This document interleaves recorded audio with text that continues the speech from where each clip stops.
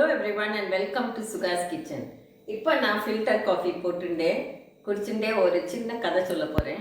நிறைய பேர் கேட்டிருந்தேன், நீங்கள் முன்ன எங்கே இருந்தேன், எப்படி ரிட்டையர்மெண்ட்டுக்கு இங்கே வந்தேன், அதெல்லாம் சொல்லுங்கோன்னு. இது நான் இப்போ ஷேர் பண்ணுறேன். பட் இது ரொம்ப பெரிய கதையும் இல்லை, ரொம்ப பிரமாதமான கதையும் இல்லை, சாதாரணமாக ஒரு கதை பார்க்கலாம். ஸோ என் பேர் சுகந்தா, ஃபுல் நேம் சுகந்த குந்தலாம்பாள். நான் கோயம்புத்தூரில் பிறந்தேன். ஸோ ஹஸ்பண்ட் பேர் பார்த்தசாரதி, கிருஷ்ணன் பார்த்தசாரதி, பட் ஷார்ட்டாக கேபிம்பா எல்லாரும். ஸோ நானும் இந்த ஸ்டோரியில் கேபின்னு சிலப்போ ரெஃபர் பண்ணுவேன். ஸோ கோயம்புத்தூரில் பிறந்து எங்கள் பெட்டர்னல் சைட், தட் இஸ் எங்கள் அப்பாவோட அப்பா அம்மா எல்லாம் இரிஞாலக்குடா அண்ட் தளிப்பரம்பா. அண்ட் மெட்டர்னல் சைடில் எங்கள் அம்மாவோட அந்த தாத்தா அண்ட் பாட்டி கொல்லங்கோடு அண்ட் ஒத்தப்பாலம். ஸோ அவள் கோயம்புத்தூரில் செட்டில் பண்ணதுனால நாங்கள் கோயம்புத்தூரில் பிறந்தோம். இவர் சோழவந்தானில் பிறந்தார். இவரோட பெட்டர்னல் சைடு பாலக்காடு, தாத்தா சைடு அப்பா சைடெல்லாம். அம்மா சைடு சோழவந்தான், ரொம்ப பியூட்டிஃபுல் வில்லேஜ் மதுரை பக்கத்தில்.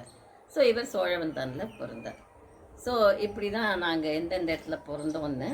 அதுக்கப்புறம் நான் ஸ்கூல் படித்ததெல்லாம் ரோசரி மெட்ரிகுலேஷன் ஸ்கூல் சென்னையில். ஸோ இவர் அவள் அப்பா, தட் இஸ் எங்கள் மாமனார், போலீஸ் சர்வீஸில் இருந்ததுனால நிறைய டிரான்ஸ்ஃபரபிள் ஜாப் அண்ட் வேறு ஸ்கூலில் படித்தார். ஸோ டிஃப்ரெண்ட் ஸ்கூல்ஸில். இப்படி நாங்கள் ஸ்கூலிங் முடிச்சுட்டு நான் மவுண்ட் கார்மல் காலேஜ் பெங்களூரில் படித்தேன். இவர் MIT குரோம்பேட்டில் படித்தார், என்ஜினியரிங். ஸோ படித்து முடித்து அதுக்கப்புறம் இந்த படிக்கிற டைம்லேயே இந்த சம்மரில் ஹேண்டிகிராஃப்ட்ஸு, க்ரோஷே அதுக்கெல்லாம் எங்கள் ஆற்றுல அனுப்புவா. ஸோ போய் ஏதாவது கற்றுக்கணுன்னு அப்படி சில ஹாபீஸ் எல்லாம் நாங்கள் கல்டிவேட் பண்ணிட்டோம். படித்து முடித்து எங்களுக்கு 1979 கல்யாணம் ஆச்சு. கல்யாணம் ஆயிடுச்சு. ஒரு ஷார்ட் ஸ்டென்ட் டெல்லியில் இருந்தோம். எங்கள் முதல் குழந்தை பொண்ணு பெங்களூரில் பிறந்தா.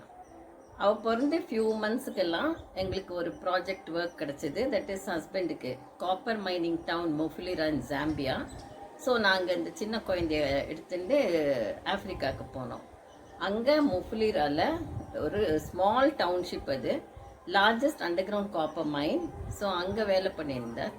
அங்கே இருந்து ஒரு 9 இயர்ஸ் இருந்தோம். அந்த டைமில் 2 years later after we moved in ரெண்டாவது பொண்ணு பிறந்தா. அந்த டவுன் சின்ன டவுன் மாத்திரம் இல்லை, ஒரே ஒரு ஹாஸ்பிட்டல் தான். ஸோ அந்த ஹாஸ்பிட்டலில் தான் பிறந்தா. அப்போல்லாம் அந்த மாதிரி பயமே கிடையாது, எப்படி தனியாக மேனேஜ் பண்ணுவோம். ஏன்னா அப்போல்லாம் யாரும் அந்த மாதிரி வரமாட்டா. ஊர் விட்டு ஊர் டெலிவரிக்கு போனோங்கிற மாதிரி வரமாட்டா. இப்போ எல்லாருமே USA, கனடா, ஆஸ்திரேலியா எல்லாம் ஈஸியாக போகிறா. பட் அப்போ நம்ம ஒன்றா போனோம் இந்தியாவுக்கு, இல்லைன்னா அவள் வர முடியாது. ஸோ நாங்கள் அந்த ஹாஸ்பிட்டல்லையே ரெண்டாவது குழந்தை பிறந்தா. அங்கே ப்ரைமரி ஸ்கூலிங் எல்லாம் அங்கே படித்தா ஃபியூ இயர்ஸ். 9 இயர்ஸ் அங்கே இருந்துவிட்டு ரொம்ப நல்லா ட்ராவல் பண்ணினோம். தட் இஸ் லோக்கலாக பார்க்க வேண்டிய அந்த African safari trips, water falls, இந்த மாதிரி ஆஃப்ரிக்காவோட பியூட்டிஃபுல் நேச்சுரல் சீனரி இதெல்லாம் நிறையா பார்த்தோம். அண்ட் ஒரு யூரோப் டூரும் போனோம். அந்த மாதிரி சின்ன சின்ன ட்ராவல்ஸ் எல்லாம் பண்ணினோம் அந்த டைமில். அப்புறம் திரும்பி வந்துட்டோம். 9 வருஷத்துக்கு அப்புறம் திரும்பி ஒரு MNCயில் KP வேலையாக இருந்தேன். ஸோ அதில் ஜாயின் பண்ணி நான் அந்த டைமில் ரொம்ப டீச்சிங்னு பண்ணல. பிகாஸ் ஜாம்பியாவில் இருக்கிறத நான் லண்டன் மாண்டிசரி சென்டர்லேருந்து என்னோடய இதை எடுத்துட்டேன், சர்டிஃபிகேஷன், மாண்டிசரி சர்டிஃபிகேஷன். பட் குழந்தைகள் ஒரு மாதிரி ஸ்டேஜில் அவளே ஒரு கீயை வச்சு ஓப்பன் பண்ணி சேஃபாக இருக்கலாங்கிற டைமில் தான் நான் வேலைக்கு போனேன். ஸோ அது வரைக்கும் இந்த ஸ்டிச்சிங் ப்ராஜெக்ட்ஸ், ஈரோட்லேருந்து துணி எடுத்துன்னு வருது, அதை ஸ்டிச் பண்ணி சேல் பண்ணுறது, அந்த மாதிரியெல்லாம் பண்ணிட்டு இருந்தேன். ஹாபி கம் ஒரு நல்ல பாஸ் டைம், ப்ரொடக்டிவ் ஒர்க். அப்புறம் நானும் டீச்சிங்க்கு ஜாயின் பண்ணி கொஞ்சம் வருஷம் நானும் டீச் பண்ணியிருந்தேன். 2003 எங்கள் மச்சினர், தட் இஸ் கேபியோட எல்டர் பிரதர் அண்ட் ஒய்ஃப், எங்கள் ஒருபடி இங்கே வீடு வாங்கினா. அவள் எப்படி வாங்கினான்னா, அவளோட ஃப்ரெண்ட்ஸ் சென்னையில் வாங்கினதுனால அவளை விசிட் பண்ண வந்தப்போ அவள் இங்கே வாங்கினான். நாங்கள் 2003 அவளை விசிட் பண்ணத இந்த ஊரை பார்த்தோன்னே ரொம்ப எங்களுக்கு இந்த மொஃபிலிராவோட ஞாபகம் தான் வந்தது. எவ்வளோ நல்லா இருக்குது, நேச்சுரல் சீனரி, ஒரு குயிங்க் லிட்டில் வில்லேஜ், ரொம்ப குவைட் அண்ட் காம். இங்கே ஒரு சின்ன லேண்ட் வாங்கி ட்ரீஸ் எல்லாம் பிளான் பண்ணலான்னுட்டு ஒரு சின்ன லேண்ட் வாங்கி லால்பாக்லேருந்து ட்ரீஸ் எல்லாம் வச்சோம். அப்புறம் நாங்கள் இங்கே சர்வீஸில் இருந்தோம். 2008 ரிட்டையர்மெண்ட் அண்ட் வீடு கன்ஸ்ட்ரக்ஷன் ஒரு மாதிரி கோயின்சைட் ஆச்சு. ஸோ இந்த மாதிரி காம்பேக்டாக ஒரு சின்ன காம்பேக்ட் ஹவுஸ் கட்டி அந்த ரிட்டையர்மெண்ட்டும் வந்தோடனே கொஞ்சம் கூட மோர் ஆஃபன் இங்கே வந்து டைம் ஸ்பெண்ட் பண்ணியிருந்தோம். ஒரு 2 months 3 months. அண்ட் எங்கள் மாமியார் இருந்தாப்போ, ஸோ எங்கள் மாமியாரும் வந்து இங்கே கூட இருப்பாள். ரொம்ப நல்லா இருக்கும். இந்த ட்ரீஸ் எல்லாம் வந்து ஃப்ரூட் வர ஆரம்பிச்சிது, காயெல்லாம் காய்க்க ஆரம்பிச்சிது. 2 months இருந்துட்டு அதெல்லாம் எடுத்துகிட்டு பெங்களூருக்கு போவோம், டிஸ்ட்ரிபியூட் பண்ணுவோம், நெய்பர்ஸோட ஷேர் பண்ணுவோம். இப்படி கொஞ்ச நாளைக்கு போச்சு. அதுக்கப்புறம் எங்களுக்கே ஒரு மைண்ட் செட் வந்தது, இங்கே இருந்தால் என்ன, எல்லாம் நன்னா இருக்குது. ஸோ இங்கே இருந்து பார்த்துட்டு அது வேறு மாதிரி. அந்த ட்ரீஸ் எல்லாம் வந்து என்னதான் இருந்தாலும் அது காய்க்கிற டைமில் மாத்திரம் வந்து காய் எடுத்துன்னு பார்த்துக்கிட்டலாம், அதோடையே இருக்கிறது ஒரு டிஃப்ரெண்ட் எக்ஸ்பீரியன்ஸ்னுட்டு இங்கேயே செட்டில் பண்ணிட்டோம். அந்த செட்டில் பண்ணுற டைமில் மாமாவுக்கும் இந்த யோகா டீச்சிங்க்கு ஆஃபர் வந்தது.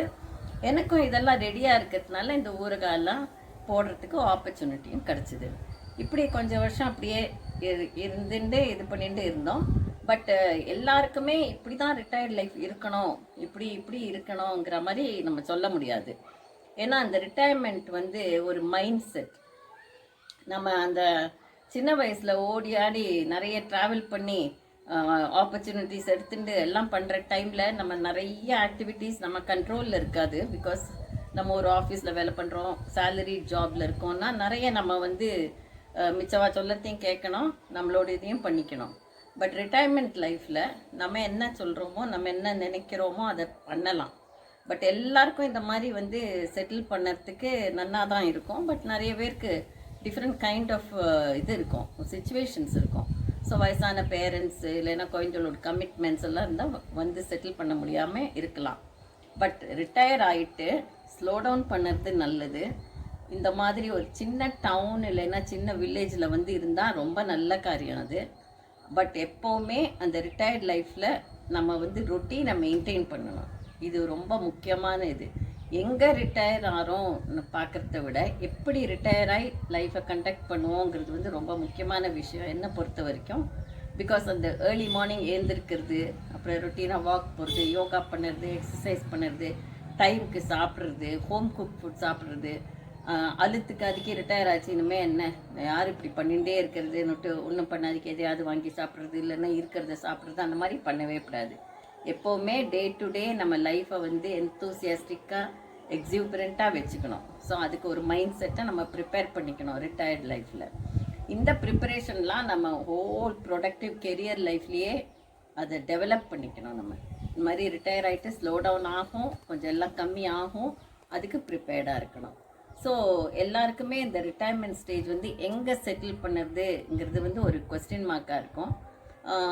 இன்வெஸ்ட்மெண்ட்ஸ் எதை வச்சு பண்ணுவோங்கிறது வந்து ஒவ்வொருத்தரோடு பெனிஃபிட்ஸ் அண்ட் ப்ரையாரிட்டிஸ் அண்ட் என்ன மாதிரி பட்ஜெட் அதை பொறுத்து இருக்குது.